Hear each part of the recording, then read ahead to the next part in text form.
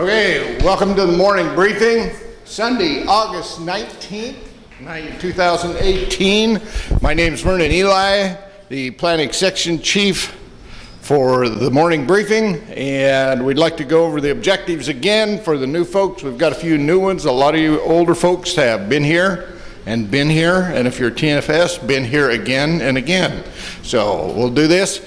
Provide for the safety of the firefighters, responders, and general public by identifying and mitigating hazards through accepted practices and operating guidelines.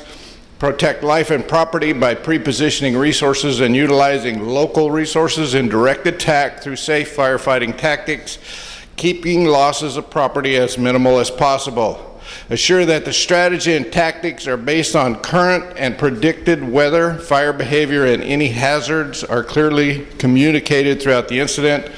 Establish unified command with local, state, private, and federal cooperators whenever possible, and conduct all operations in a safe, cost-effective manner while promoting a mutual respect in an atmosphere free of discriminating or harassing remarks and behavior. Pay attention. There'll be a quiz on those later. Okay? All right. With that, Steve with weather. Good morning. Incident meteorologist Steve Fano. And it looks like fall has returned to Texas, at least parts of it. Had a nice complex of storms move through the Panhandle overnight. They were accompanied, actually it was accompanying a cold front that was coming through the area and produced some pretty appreciable rainfall. And you can see on the radar here, rain goes all the way up into the Central Plains. So very big weather system that came through. So what's that mean for us? Well, for starters, we picked up some pretty decent rainfall across the northern part of the state, with parts of the Panhandle getting the most, and even parts of North Texas from I-20 northward to the Red River actually got some pretty appreciable rainfall. Those actual amounts in the Panhandle, anywhere from about a half an inch to an inch, and we even had a few areas that picked up over 2 inches, one of which was the site at Turkey, Texas, which is very close to the chicken complex fire. So they got some much needed rain out there. But one thing I do want to point out is you see a lot of zeros down here in the central and southern part of the state. So many areas still have not received appreciable rainfall since our last system. So there's our lightning for ending this morning at 6 a.m. And again, no surprises. Where the thunderstorms were, that's where the most lightning was. And there was quite a bit of it out there. So for today, the weather highlights are essentially that cold front is going to stall. It's going to basically stall across the, pretty much keeping the northwest half of the state in cooler and drier weather, with the southern or southeast part of the state staying generally warmer and, or not warmer, warm and dry. Let me go back to that. So the cold front will stall today, and then it'll slowly progress southward through the state Monday through Tuesday. And what that means is, as it does, it's going to bring scattered showers and thunderstorms. But then, as the front gets down to the coast, those storms will end, and we'll be left with a period of dry weather and slightly cooler weather. But the heat is going to turn back on midweek to the weekend, and we're still expecting to see triple digits return to parts of the state as we get to the latter part of the week. So there's your precipitation chances for today. Pretty much where the cold front is going to lay up, right in this area is where the best precipitation chances are going to be. But so notice this hole down from central Texas all the way down to South Texas. Probably not going to see much in the way of rainfall. The cold front, like I said, is laying up there, and we'll only expect an 80s north of it for much of the Panhandle. But we're going to cook down here from Waco southward all the way to Brownsville. Probably see temperatures upper 90s to lower 100s. One thing to watch out for is in those areas that heat up, the heat index values are still going to be up 100 to 105, so kind of an uncomfortable day. And then minimum relative humidities today, generally above 30% for most of the area. The only exception will be out in the Trans-Pecos and lower Rio Grande Plains. They'll still see some upper 20s to around 30 minimum humidities today. The afternoon wind, pretty much the northwest part of the state is going to see north winds or northeast winds. Speeds are going to run anywhere from about 8 to 12, 8 to 13 miles per hour.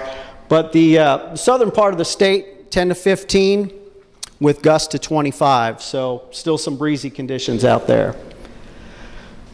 Like I said, with that front is going to come scattered showers and thunderstorms, but the rainfall that's going to accompany it is going to be pretty light overall, and most of these amounts are generally less than a quarter of an inch expected. And this is through tonight, so you can see kind of centered right where that front is laid up. That's where the rain chances are. And then as we go Monday through Tuesday, rain shifts down into South Texas, but still amounts stay light. And then looking ahead, our ridge of high pressure that has currently shifted off to the west coast is going to start nudging its way back in from the west. And what that means is the heat is going to return, and then the ridge really establishes itself back over the state as we get into the weekend. So we're going to keep hot, essentially rain-free conditions on the weekend with that Gulf moisture coming back up, so it's going to feel humid and heat index values are going to get back up again. So that's all I have for the weather. Today will be my last operational shift, and I'll be passing the weather baton on to incident meteorologist Tom Bird to take care of you guys for the next couple of weeks, and I'll turn that over to Ops now. Yeah, good morning, everyone. Rich Gray in operations. Yesterday, again, was a fairly light day. We had 3 new starts over in our east zone. Those were picked up and are at 100%. Crews continued to work on the Little Chicken fire yesterday. Mother Nature gave us some good rain last night. And those same crews will be back out today, and they should have that wrapped up this afternoon. A couple of things out on the staging areas, a couple of reminders on when we're in staging, make sure you're showing 12 hours on your CTRs. That should, we're getting several that have come in over that, and we're just sitting in staging. Also, you've seen the footprint of moisture. Things are shifting to the south as far as fire potential. A lot of our resources are central and north, so if we do have IAs today, you may have some fairly long travel times, which also means you still need to be vigilant for readiness as well as keep your SA up. A couple other things going on in the IAP. We have adjusted some of the last shift dates for folks, so pay attention to that. The 20th will be a fairly large demob day for our resources. So on page 20 is your demob plan with time and date. So ops resources, make sure you're paying attention to that for us. Y'all have a safe day, and turn it over to Air Ops. Thanks. Nick Holzbach, Air Ops trainee. So yesterday we didn't have any mission requests performed from our aircraft. We did do proficiency training with one of our seats so he could stay current with his training. Other than that, we have same complement of aircraft that we have had. Air attack in 2 seats sitting in Abilene, air attack in 2 seats sitting in Fredericksburg, 2 seats sitting in Giddings. We have our Type 3 helicopter sitting here in McGregor, another Type 3 helicopter sitting in Mineral Wells, Type 2 helicopter sitting in Smithville, and our Type 1 helicopter sitting in Cisco. Today is also my last day, so continue to stay safe out there, Texas, and remember, keep your eyes up in the sky. And with that, I'll pass it on to safety, or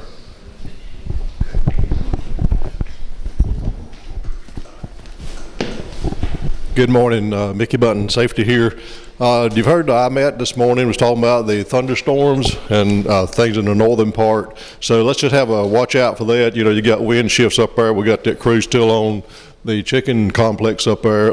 You got some rain on it last night, so there may be some wet roads up there, some slick areas going in too. In the southern area, our hazards there today is going to be the winds. There, you know, we've got southwest winds 10 to 15 gusts to 25, and the fuels we got out there respond to the winds pretty good. So you could have some pretty good fire behavior, even though we've had a little bit of moisture down in some areas.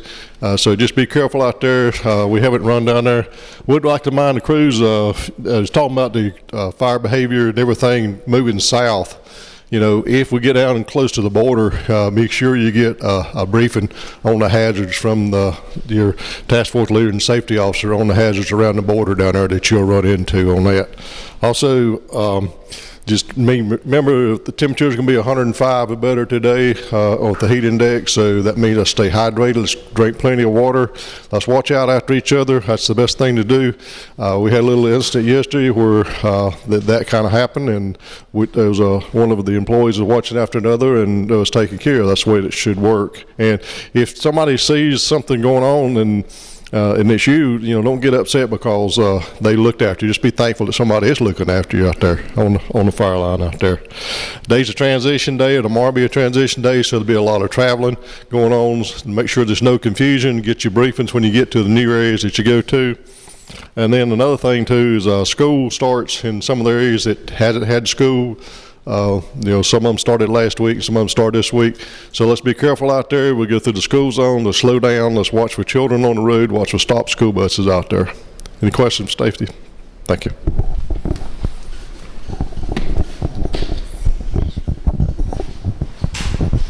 Good morning, Beth Plummer, Finance. Just a couple of things from Finance this morning. The phone number that's in the IAP for Finance is a landline. It does not accept text messages. So please continue to send your CTRs and equipment shift tickets to the ICP Finance email. Tomorrow is going to be a big demo day. So for the resources coming through the ICP, we just ask that you please be patient, and Finance will get to you as soon as possible and get you on your way safe and sound. Like Operations said yesterday or this morning on your crew time report, your staging time is 12 hours. That includes all your work time, including your briefing time. And that's it for Finance. Have a safe day.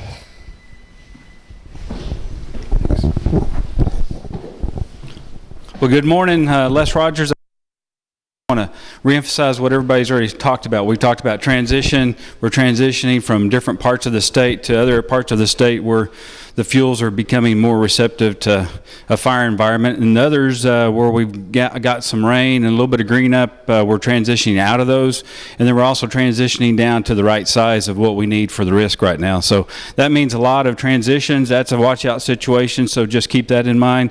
Also some other things, traveling. So a lot of folks are going to be traveling, especially tomorrow, so be up on your driving. And then just last thing I want to do is thank Steve, our IMAT. We're blessed to have some great IMATs in Texas, and welcome back Tom Bird. We worked with him quite a bit.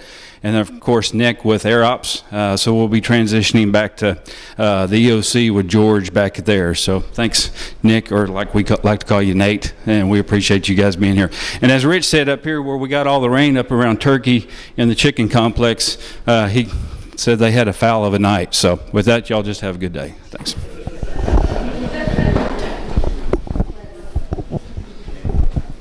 Okay, so that will complete the briefing. Turn your cell phones and radios back on. And the thought for the day: Experience is a really good teacher, but she sends really terrific bills at the end. Pay attention.